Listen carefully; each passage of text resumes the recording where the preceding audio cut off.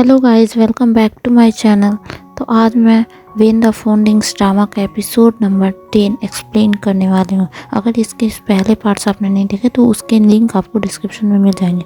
तो एपिसोड की शुरुआत हिजू के एक बहुत अच्छे सपने से होती है, जहाँ पे हम देखते हैं कि सियोन सोती हुई हिजू को निहार रहा होता है और उसे बोल रहा होता है कि उठोगी नहीं, कितनी लेट हो गया।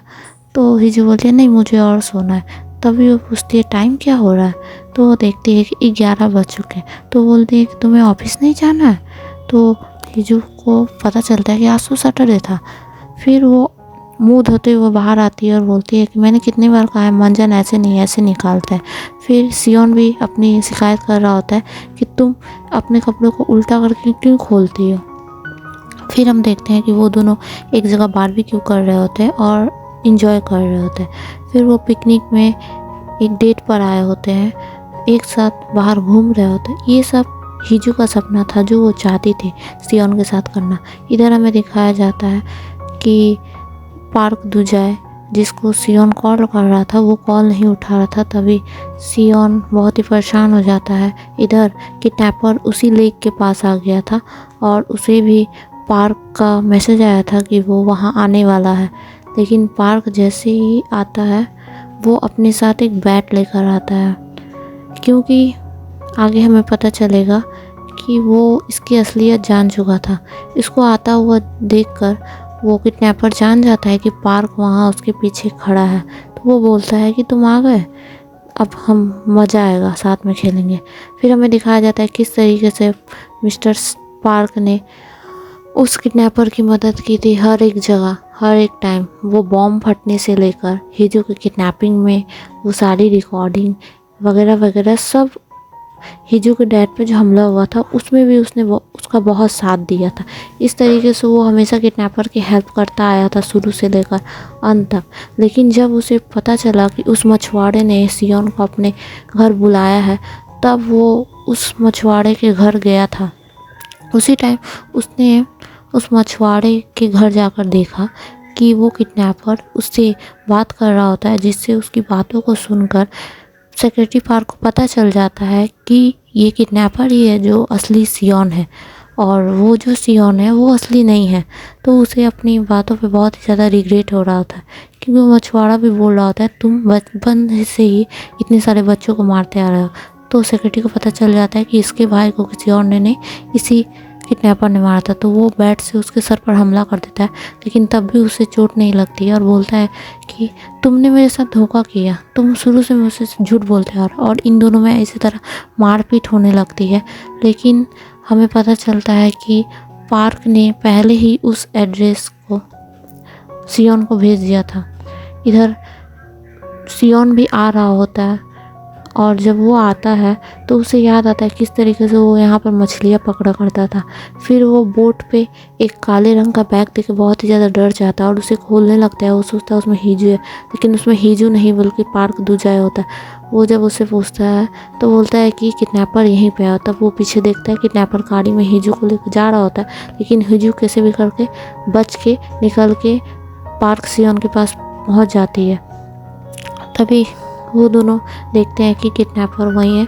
तो सियोन उसे मारने लगता है, बोलता है कि तुम अपना नाम, अपना जगह, सब कुछ ले लो, लेकिन मुझे ये सब नहीं चाहिए। तो किडनैपर बोलता है तो फिर क्या, हिजू भी मेरी पत्नी हो जाएगी। ये सुन के तो सियोन उसे बहुत ही ज़्यादा मार, लेकिन जब वो किडनैपर छुरी से सियोन को मारने वाला होता है, लेकिन सेक्रेटरी पार्क उसके बीच में आ जाता है और उसे चाकू लग जाता है, और इसी का फ़ायदा उठाकर वो किडनैपर वहाँ से भाग जाता है। तब सेक्रेटरी पार्क बताता है सियोन को किस तरीके से वो उसके हर एक चाल के पीछे था। उसने ही हिजू को पहाड़ से धक्का दिया था, क्योंकि वो महसूस करना चाहता था कि सियोन को भी वो दर्द हो जो उसके भाई को होने से उससे हो रहा है। इसीलिए उसने हिजू को जान लेने की कोशिश की। फिर वहाँ पुलिस आ जाता है और सियोन भी वहाँ खड़ा होता है, सोच रहा होता है कैसे वो पार्क दुजाए से मिला और उसे अपना पर्सनल सेक्रेटरी बना। उसे बहुत ही बुरा लग रहा होता है ये सब बातों को सोचकर। तभी वहाँ हिजू आती है, तो वो हिजू से बोलता है ये सब मेरी गलती थी, मैंने ही उसकी वजह से तुम्हें छोड़ दिया था। तो हिजू बोलती है इसमें तुम्हारी गलती नहीं थी, परिस्थितियाँ ही ऐसी थी।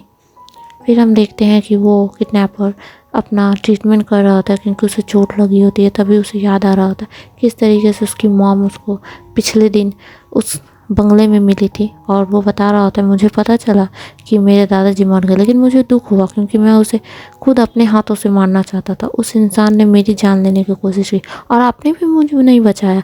आप सब एक जैसे हो, मुझे मारना चाहते हो, लेकिन अब नहीं, अब मैं अपनी जगह लेकर रहूँगा, अपना पोस्ट, अपना नाम सब कुछ लेकर रहूँगा। तो उसकी माम बोलती है कि मैं तुम्हें कभी नहीं मारना चाहती थी, मैं तो अभी भी तुम्हारे साथ रहना चाहता हूँ। तभी उसका सेक्रेटरी बहुत सारे आदमी को लेकर आता है और उसे मार के वहाँ से भगा देता है। तब यहाँ पे जब सियोन की मॉम सो रही होती है तब उसके डैड आते हैं, बोलते हैं कि तुम अभी भी उस जानवर के साथ रहना चाहती हो, वो एक जानवर है। तो उसकी मॉम बोलती है आप भी कम नहीं हो, वो आप ही का जन्मा हुआ बेटा है, इसीलिए उसमें भी आपका ही डीएनए, आप लोग जैसे हो वैसे वो भी हो। और ये मत भूलिए कि आपसे अभी सक्सेसफुल वो पेक सियोन हो चुका है। तब हमें पता चलता है कि पेक सियोन इसका बेटा नहीं बल्कि प्रेसिडेंट का बेटा होता है, मतलब कि इसका सौतेला भाई होता है।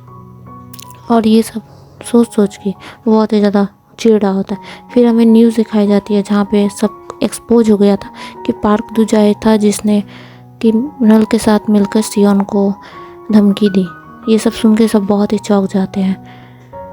सियोन को बार बार कॉल आ रहा था लेकिन अपने डैड का, लेकिन वो नहीं उठाता है। तब वो डिटेक्टिव के पास जाता है। डिटेक्टिव उसे बताता है कि पार्क दुजाए ने हमें कुछ नहीं बताया है कि उसे कैसे ट्रैक करना है किडनैपर को।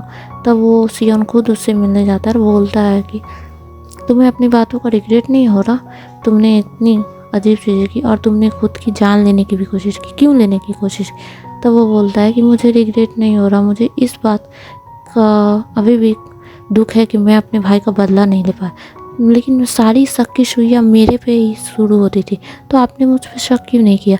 तो सियोन बोलता है कि मैं पूरी दुनिया पे नहीं बल्कि तुम पे सिर्फ विश्वास करता था, मैं अभी भी तुम पे बहुत विश्वास करता। हमें उन्हीं बच्चों की लाश दिखाई जाती है जो कि उस पहाड़ों में दफन थे, जिनमें से सबके कपड़े बरामद हुए थे। फिर यूरी सांगू से बोल रही होती है कि तुम और सियोन तो बहुत अच्छे दोस्त बन गए हो अब, तो तुम्हें भी ये दोस्ती निभानी चाहिए। तो सेंगो बोलता है ना हम लोग इतने अच्छे दोस्त अभी नहीं बने। तभी यूरी बोलती है देखो उसका फ़ोन आया, मैंने कहा था ना तुम लोग अच्छे दोस्त बन गए हो। तब सेंगो जा रहा होता है और वो बहुत ही ज़्यादा दुखी हो रहा होता है क्योंकि उसी बच्चों की लाशें देखने के लिए उसे बुलाया गया होता है। लेकिन यूरी वो बोलती है कि मुझे कार ड्राइव करनी है और ऐसा करके वो लोग वहाँ पहुँचते हैं। तो सेंगो उनकी चीज़ों को देखकर बता रहा होता है क्या किसका नाम था और ये किसकी चीज़ है। ये सब देखकर वो बहुत ही ज़्यादा इमोशनल हो जाता है और बाहर बैठ के उन्हीं पिक्चर्स को देखकर इमोशनल हो रहा होता है। तभी यूरी उसके पास जाती है और उसे ड्रिंक ऑफर करती है। तो सेंगो बोलता है आज तक मैं जितने भी लोगों से मिला उनमें तुम सबसे ज़्यादा खुश होने वाली हो और सबको खुश करने वाली हो। फिर हमें दिखाया जाता है कि हिना जो कि बता रही होती है कि बचपन में मैंने अपने छोटे भाई को सियोन को मारते हुए देखा था, तो उसने ही सियोन असली सियोन का चेहरा देख लिया था, इसीलिए उसके दादाजी ने हमारे भाई को मरवा दिया। तब उसकी मॉम वहाँ पे चली जाती है जो कि हिजू को बोल रही होती है ये यहाँ क्या कर रही है हिना को देखकर, और बता रही होती है कि तुम्हें किसी भी तरीके से करके प्रेसिडेंट की बहू बने रहना है, तुम्हें अपने पोजीशन को बनाए रखना है। तब हिजू बोलती है कि नहीं आज तक आपने जो भी किया मैंने माना, आज तक आपने चुप रहने को बोला मैंने चुप रहा, लेकिन अब मैं चुप नहीं रह सकती। मैंने एक आज्ञाकारी बच्चे की तरह आपकी हर बात मानी क्योंकि मैं चाहती थी कि आप भी मुझसे प्यार करो, लेकिन आप मुझसे प्यार कभी नहीं की, आपको बस अपने पोजीशन और अपने हैसियत की चिंता थी। ये सब सुन के उसकी मॉम वहाँ से बहुत ही ज़्यादा गुस्सा होकर चल जाती है। तभी हिना बता रही होती है मुझे नहीं पता था कि वो डीएनए टेस्ट मेरे शादी के पहले किसने भेजा, लेकिन अब मुझे लगता है मुझे पता चल गया। तभी सियोन घर आता है और वो देखता है कि घर बहुत अच्छी तरीके से डेकोरेट किया हुआ है। वो जब अंदर जा तो हिजू वहाँ आती है और उसे धक्का देकर सोफे पे बैठा देती है और उसे एक डॉक्यूमेंट देती है जिसमें शादी की रस्में लिखी हुई थी। तो सियोन बोलता है ये सब क्या है। तो हिजू बोलती है जब तुमने मुझे कहा था कि तुम मुझे बहुत पहले से ही पसंद करते हो तभी मुझे समझ जाना चाहिए था कि ये जो शादी हुई है हमारी ये तुम्हारा ही प्लान किया हुआ था। तुम कभी भी हिना से शादी नहीं करना चाहते थे, इसलिए तुमने उसे डीएनए रिपोर्ट भेजी और बताया कि तुम मुझसे शादी करना चाहते हो, मैं शुरू से ही तुम्हारी पत्नी थी ना। ये सब सुन के सियोन बोलता है कि हाँ। तो हिजू उसे प्रपोज कर देती है, बोलती है कि तो क्या तुम मुझसे शादी करोगे ये सब ठीक हो जाने के बाद। तो सियोन बोलता है नहीं, मैं इन सब ठीक हो जाने के बाद मैं खुद तुम्हें प्रपोज करूंगा शादी के लिए। ऐसा कहकर वो हिजू को किस करने लगता है। इसी तरह से ये लोग अपना मूवमेंट इंजॉय कर रहे होते। तभी सियोन बोलता है कि मुझे बचपन में बहुत ही गुस्सा आता था कि मैं यहाँ क्यों रहता, मुझे क्यों पेक सियोन की जगह मिली। लेकिन अब मुझे पता चल गया कि मुझे ये जगह इसलिए मिली थी क्योंकि मुझे तुमसे मिलना था। मेरी ज़िंदगी का पहला लक्ष्य तुम ही हो। और ऐसा कहकर ये दोनों एक दूसरे से गले मिल रहे होते हैं। फिर हमें कल का सीन दिखाया जाता है जहाँ पे पार्क दुजाए को उसके भाई की डेड बॉडी की फ़ोटो मिलती है, जिसे देखकर वो याद कर रहा होता है कैसे वो उसका भाई उस दिन उस हवेली में चला गया और वापस लौट के नहीं आया। फिर वो बहुत ही ज़्यादा रो रहा होता है। सियोन को ये सब पता चल जाता है तो वो खुद पार्क दुजाए से मिलने आता है और बोलता है कि मैं पहले सोचता था ये सारी चीज़ों को छोड़कर एक कहीं चला जाऊँ, लेकिन अब मैंने अपना फ़ैसला चेंज कर दिया और मैं सोचता हूँ कि मैं अब हिजू के साथ एक नॉर्मल लाइफ स्पेंड करना चाहता हूँ। क्या तुम भी अपना फ़ैसला चेंज करना चाहते हो? तो पार्क दुजाए बोलता है मेरे तो जीवन का एक ही लक्ष्य था, अपने भाई के लिए बदला लेना, लेकिन वो बदला अभी भी पूरा नहीं हुआ। मैं उस बदला को अभी भी लेना चाहता हूँ और उसके बाद मैं सोचूंगा क्या किया जाए। फिर वो सारी जीपीएस सिस्टम को बता देता है जो कि उसने किडनैपर के कार में लगाई थी। इधर हिजू और हिना को दिखाया जाता है जो अपने फादर से पूछ रही होती है कि ऐसा कौन सा कॉन्ट्रैक्ट था जो आपने प्रेसिडेंट के साथ बनाया था। तो वो याद कर रहा होता है कि उसके बेटे के एक्सीडेंट के बाद किस तरीके से प्रेसिडेंट ने उसे एक ऑफ़र किया था कि वो अपनी कंपनी में इन्वेस्ट कर सकता है। लेकिन ये सारी बातें वो हिजू और हिना को नहीं बताता और वहाँ से डायरेक्ट सेरेमनी में चला जाता है। ये सेरेमनी सियोन के दादाजी की होती है। तो हिजू देखती है कि आर्गुमेंट बहुत ज़्यादा बढ़ चुका है, इसलिए वो सियोन को भी वहाँ पर बुला लेती है। तभी डिटेक्टिव लोकेट कर लेते हैं कि वो किडनैपर कहीं और नहीं उसी मेमोरियल डे के पास है। तो ये सियोन के डैड को हिजू के डैड गोली से मारने ही वाले होते हैं। तभी दिखाया जाता है कि सियोन की मॉम जब यहाँ आई होती है तब वो देख लेती है कि उसका असली बेटा यहीं पे है। फिर वहाँ आग लग जाती है और सभी भागने लगते हैं। जब सियोन को पता चल जाता है कि लोकेशन वहीं पे है, किडनैपर वहीं पे है, तो वो दौड़ के हिजू को खोजने जाता है, लेकिन हिजू वहाँ नहीं मिलती है। तब उसे एक अननोन कॉल से कॉलर आता है और वो बोलता है कि इस बार मैं तुम्हारी पत्नी को नहीं छोड़ने वाला, इस बार मैं मार दूंगा। तो सियोन बोलता है कि जहाँ उसे कुछ भी हुआ मैं तुम्हें ज़िंदा नहीं छोड़ूंगा। ऐसा कहकर वो उसे बोलने लगता है तो किडनैपर बोलता है मुझे पता चल गया कि तुम्हें आज तक सबसे ज़्यादा प्यारी चीज़ यही है कि तुम्हारी वो पत्नी है। मुझे किसी बात का गुस्सा नहीं, मुझे इस बात का दुख है जिस दिन मेरे दादाजी मुझे मार रहे थे तुमने कुछ नहीं किया, मुझे मरते हुए देख रहा था। तभी हिजू वो बोल रही होती है सियोन को कि तुम्हें यहाँ आने की ज़रूरत नहीं, मैंने तुम्हें पहले ही ने कहा था कि इस बार मैं तुम्हें बचाने वाली हूँ, इसलिए अब मैं जिस खेल की शुरुआत मैंने की थी उस खेल के अंत भी मैं ही करूँगी। ऐसा कहकर वो उस कार को लेकर वहाँ से कूद जाती है।